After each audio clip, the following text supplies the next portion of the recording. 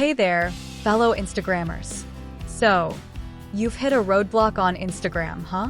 Don't sweat it, you're not alone. Loads of users have been scratching their heads over this one. Why can't I follow people on Instagram? Well, today, we're diving deep into this issue. We'll uncover why you might be facing this problem and, more importantly, how to fix it. So, sit tight, grab a snack, and let's get into it.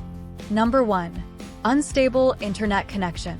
Poor internet can make Instagram act up when you try to follow someone. Upgrade your Wi-Fi or switch to a better mobile network for smoother browsing. Number 2. You've reached the follow limit. Instagram has a maximum limit of 7,500 followers overall. Follow Instagram's guidelines and avoid mass following to stay within this limit. Number 3. You're using a bot or automation software. Avoid using automation for follows on Instagram. The platform detects bots and can restrict your account, so it's best to follow manually. Number 4. You've been blocked by the specific user. If someone blocks you on Instagram, you won't be able to follow them. Number 5.